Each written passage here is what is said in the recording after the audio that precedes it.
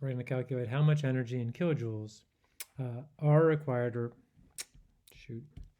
is required to heat 60 grams of water from minus 29 degrees Celsius to 50 degrees Celsius. So before I solve this, I always like to get my bearings. And I do that by drawing a generic heating curve with temperature on the y-axis and heat added on the x-axis. No numbers on this, but I like to, so far anyway, I like to draw each of the sections. So up, over, up, over, up. And it doesn't really matter how long, although typically this is a little longer because it does take a lot of energy up here. And let me talk about what the sections are. So down here we have solid, then solid to liquid, liquid, liquid to gas, and gas. And so there are 5 different types of calculations we can do on this heating curve. And you can see that there's one type for the solid, liquid, and gas as they are changing temperature when their heat is added. And then the solid to liquid and liquid to gas phase transitions. For these, heat is added, but there's no temperature change. Now, for this particular problem, we're going from minus 29 degrees Celsius for water, and well, at minus 29 degrees Celsius, water is really ice. It will end up as water at 50 degrees Celsius. But we're going to start somewhere down here because the solid to liquid transition, that's freezing and melting for water and ice, is at 0 degrees Celsius, and we're lower than 0 degrees Celsius. Then here, the liquid to gas transition as it boils is at 100 degrees Celsius. And so we're going to end at 50, so somewhere right in the middle there. And what we're going to need is we're going to need 1, 2, and 3 separate calculations to get the amount of energy for this entire process. And the first calculation involves heating a solid,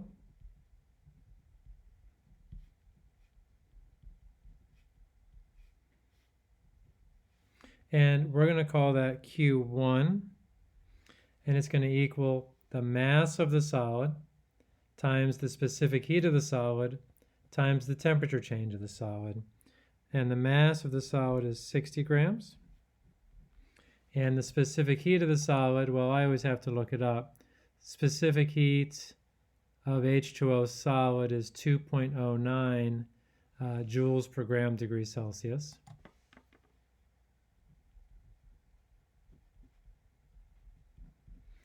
And my temperature change is actually going to start at minus 29, that's my initial temperature, and end at 0.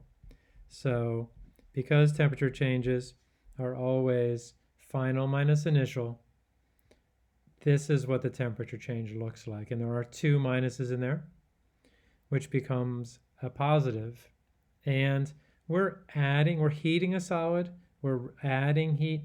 So when you add heat, all of your terms should be positive, and this term will be. Let's multiply this out. We get just 29 here times 2.09 times 60. I get 3,637 units of joules. We can see that our grams cancel and our degrees Celsius cancel, leaving us with joules. That's a J. So that's calculation 1.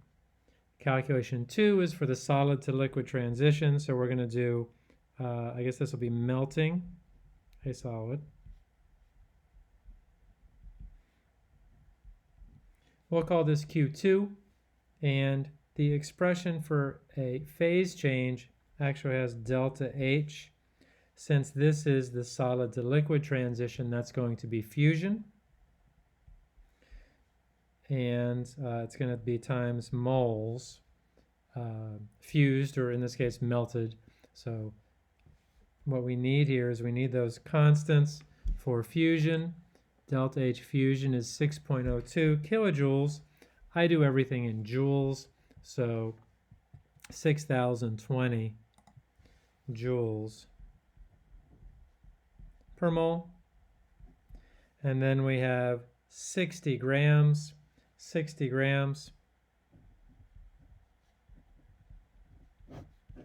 of H2O, molar mass 18.02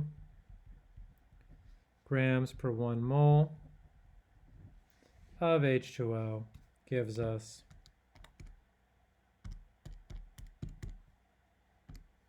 3.33 moles.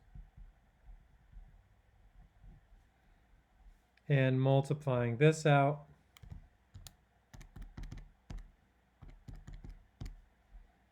$20,047 joules.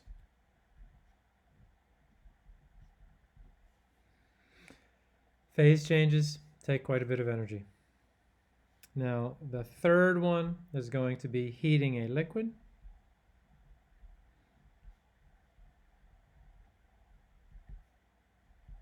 For heating a liquid, anytime there's a temperature change, it's going to be this same type of calculation with the same mass, since our mass is the same, the specific heat capacity of the liquid and the temperature change of the liquid.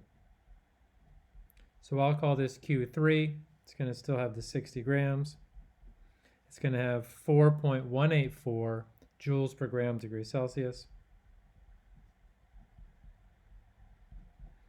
And here we have from 50 is our final temperature back to 0.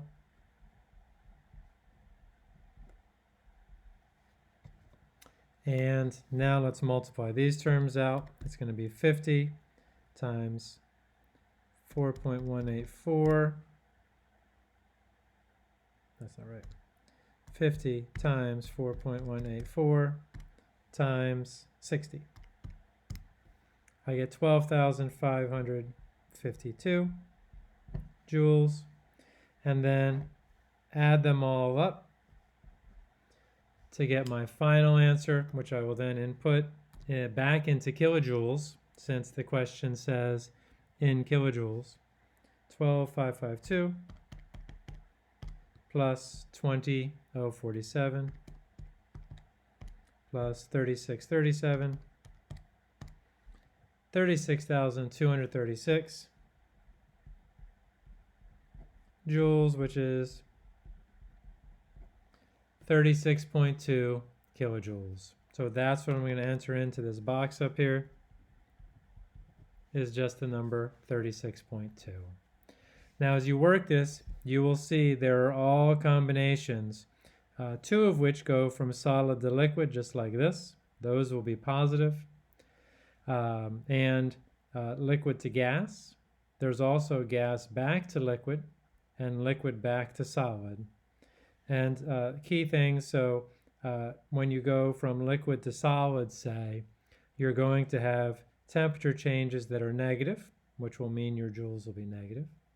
And then you have to use the negative of the delta H, because when you flip the reaction, solid to liquid has delta H positive, liquid to solid has the same number, but with a negative sign. Hopefully that helps.